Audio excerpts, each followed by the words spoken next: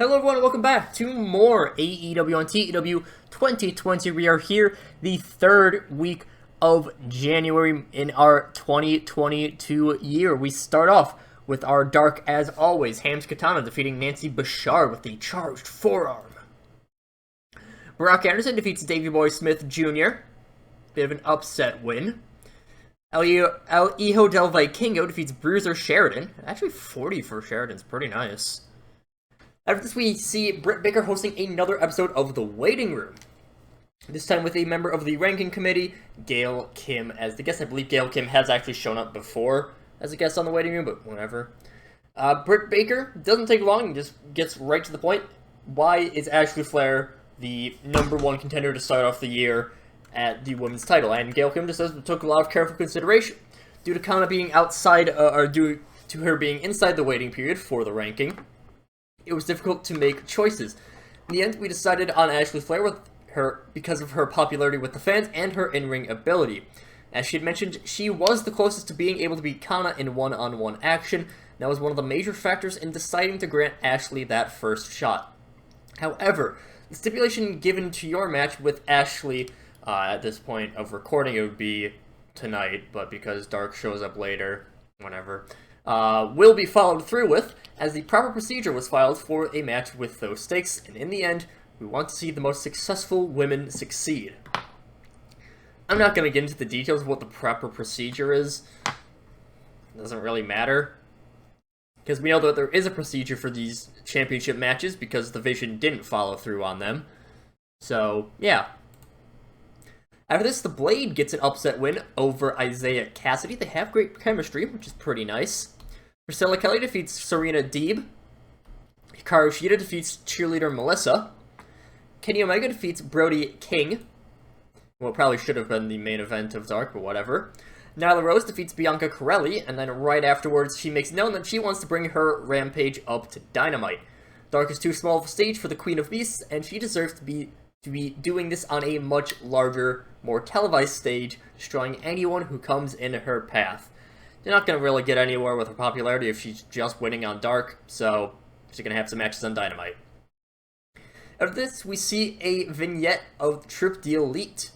That was supposed to be Dalton Castle. They talk about how Scorpio Sky has no right to challenge for the phantasmagoria of the troubled world.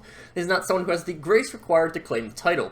The Bullet Club, Dalton says, are a bunch of people who are clinging onto a past success and hoping for the world to start to revolve around them once more. But instead, Scorpio is just a peon trying to make himself relevant in a company that left him behind, turning his back on the people that come to watch the spectacle of AEW, in particular the troupe The Elite. So yeah, Scorpio Sky last week said that he wants the FTW title, currently held by Dalton Castle, who has called it the Phantasmagoria of the Troubled World instead of the Fuck the World. So, yeah. After this, Jacob Fatu defeats Willie Mack. The Wu-10 Clan defeat Alex Reynolds and John Silver. Jordan Grace defeats Kira Hogan, and then we see a video of the Gun Club, all training together, Billy at the helm. After a bit of the montage training, Billy turns to the camera and says, "You know what? I get it. You think that I'm some relic of a bygone era, that I haven't been good since the turn of the millennium, and because of that, you think that my kids are just here because I used to be popular. Well, let me tell you two something. I've managed to stay relevant for nearly 30 years. Cardona, you were relevant for 1 year. Spears, you had 2 years of even being someone that was known. You think I'm clinging to some past glory? You two are entirely past glory. Your name, your gimmicks, everything about you is all relics of the past. And sure, you two might have more experience in the ring, on the big stage, than Austin and Colton. But you're damn far from being ready to challenge me, and for being ready to truly get one over the Gun Club." And then to finish things off, Phoenix defeats Samoa Joe. Pretty good show of Dark as we move on to Dynamite. Moving on to our show of Dynamite, we start off with the Dustin Rhodes Retirement Open Challenge, as he defeats Donnie Lambert of the Future with the reverse STO. This is probably going to be a pretty weak show, honestly. I forgot to... Whatever, it's fine. Out of this, we see Renee Paquette having a sent-down interview with the women's champion about the possibility of having 2 title matches prior to the pay-per-view, should Britt Baker win our main event. Mayu says, no matter what happens, I'm always glad to defend this title. Ashley is a well-known competitor with some of the greatest pedigree in all of pro wrestling, and Britt Baker is a star that has all the potential in the world.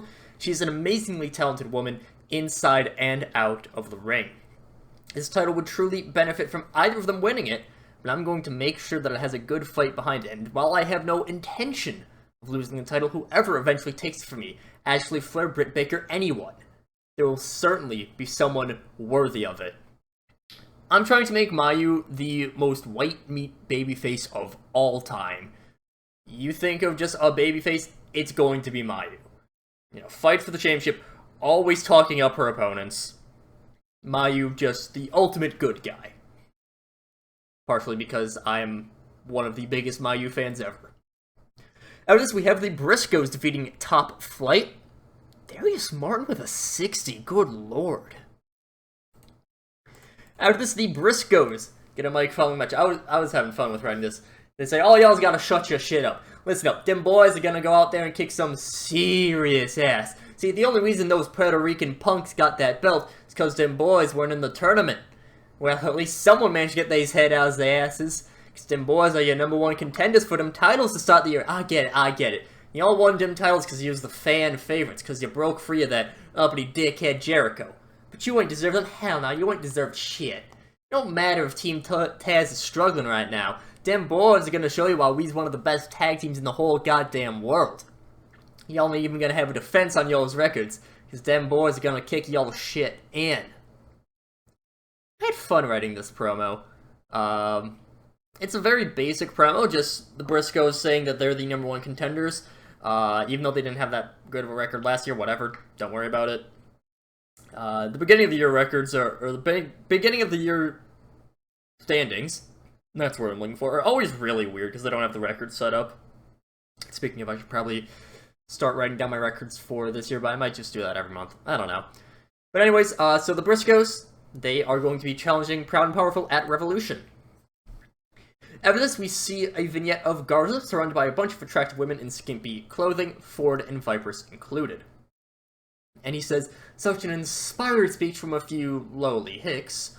Truly. But they do bring up something that has worried me.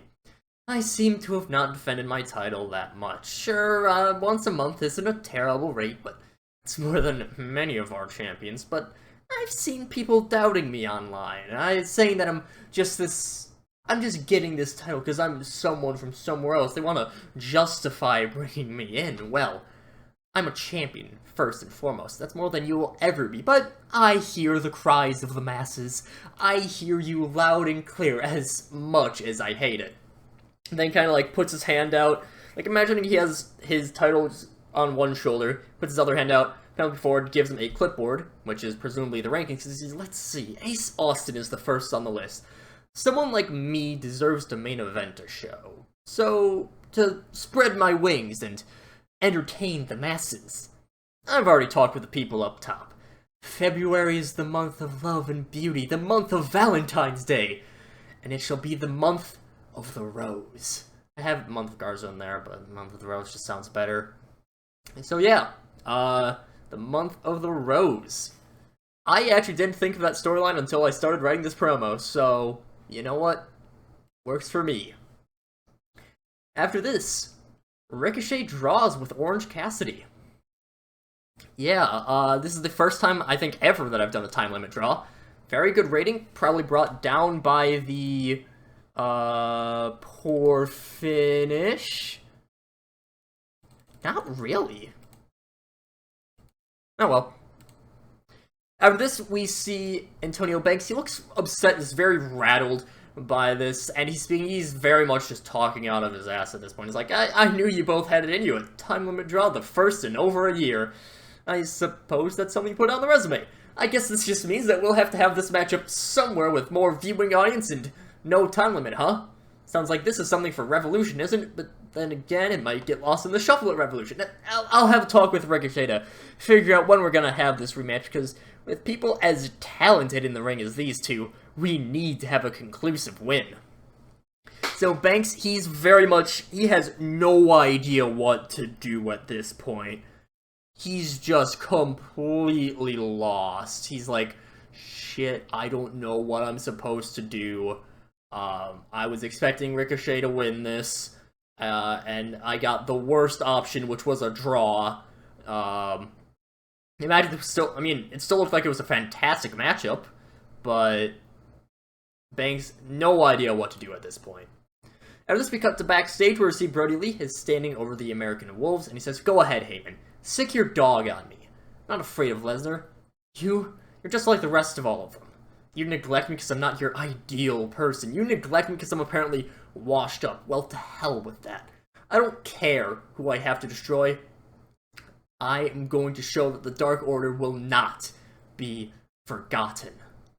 So going after the American Wolves, some of the personal lapdogs of Paul Heyman, then alongside Brock Lesnar, are kind of serving as bodyguards, enforcers of Paul Heyman's will.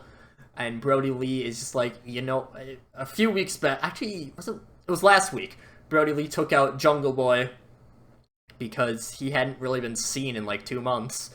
Brody, that is. Now taking out the American Wolves, he's just real pissed off that he's not getting any screen time. So he's going to challenge anyone possible, and he wants to get used again, because that's something that I've really failed at. After this, Jon Moxley defeats Cody Rhodes. A bit of a disappointing performance from Mox. After this, Eddie Kingston grabs a mic and he gets into the ring afterwards. And he says, "Pac, you son of a bitch, listen up. Mox here is never gonna give up. So what? He's had a weak run of form lately. Doesn't matter in the slightest. What does matter is that he's gonna get up back to the top one of these days. Look into his eyes, look into my eyes. We ain't quitters. You so badly want to take on John? Well, here's something that's gonna be right up your alley. Mox is a fighter, I'm a fighter. So why don't we make this some fun terms? We're gonna have ourselves a death match next week for the title." This isn't a proper death match. Some of our broadcasters are like, yeah, no, we can't have an actual death match. So it's essentially, still have quite a lot involved. I think we have some barbed wire in there. I forget exactly what I made, but I basically just made a new match type. We're gonna call it a death match. It'll effectively be the same thing. We won't be able to really see any difference in terms of what shows up on the screen. Like, because of content warning, we can't have glass. Allegedly, we're gonna have glass. We're just gonna imagine that, again, just breaking the lines between the gameplay mechanics and the kayfabe. We're going to just imagine that it's a legitimate death match. So, that'll be fun. Moxley, definitely up for it. Pac, not as up for it, but we'll slip him a little bit of money. I would say Vignette plays of CM Punk, and he says, "You're gonna do anything for heat, aren't you, MJF? Imagine it hurt you to the core saying that Roddy Piper's dead because, well, you had to, and because you want to get under my skin. I guess I understand it in a way. You're jealous of the success that I've had. You want to have that same sort of love and recognition from the fans that I had in the summer of Punk that 10 years ago. But let's face it, MJF, you just want to be me. I'm honestly a bit honored that you would do that. You've had more success at your age than I did. But here's the thing, Max. You're trying too hard. You need to cool your jets because you need every last ounce of strength if you want to beat the best in the world." I almost forgot to advance this storyline, which is probably going to be one of our best, because we have two people who are amazing on the mic. I'll be honest, I'm not the biggest fan of Punk. I joined wrestling too late for Punk to really understand Punk, because I only joined in like 2017, and Punk was well retired by that point. But MJF, I know he's fantastic on the mic. Punk, pretty good. He personally doesn't resonate as much with me, but, I'm going to give the fans what they want. And in our main event, Britt Baker gets the surprise win over Ashley Flair. And Britt Baker, she's actually a little bit stunned by her own victory, but that is but she has a very short-lived celebration before the Queen's Court comes in and they beat down Britt. They continue to contain Baker until Flair is back up on her feet, and then she locks Britt Baker into a figure 8 leg lock. But that is broken up when Mayu rushes the ring with Kairi Hojo and Britt's assistant, Cynthia Regal.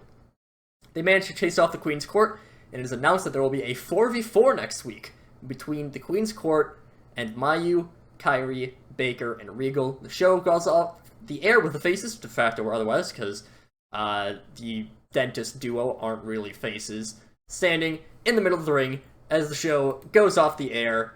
Weak show. Very weak show, honestly. As I was writing this, I was realizing that, wow, this show kind of sucks. But, oh well. I think honestly, I think it's better for me to have a weak show every so often, because that means that I'm not just relying on the top talent. So, a lot of people that we didn't use that I probably should have, but a lot of people that I don't usually use were used quite a bit. I mean, we have Garza going through, we have Orange Cassidy's getting to show up, Brody showing up. Probably the big thing was that I had the Ricochet Orange Cassidy match go a little bit too long. If I had that as a normally timed match, we probably could have gotten a much better show if I just added in another big match. But, oh well. Again, I'm fine with these more building up shows. It's a lot of much less used people, so I'll take it. But that will do it for our third show of 2022.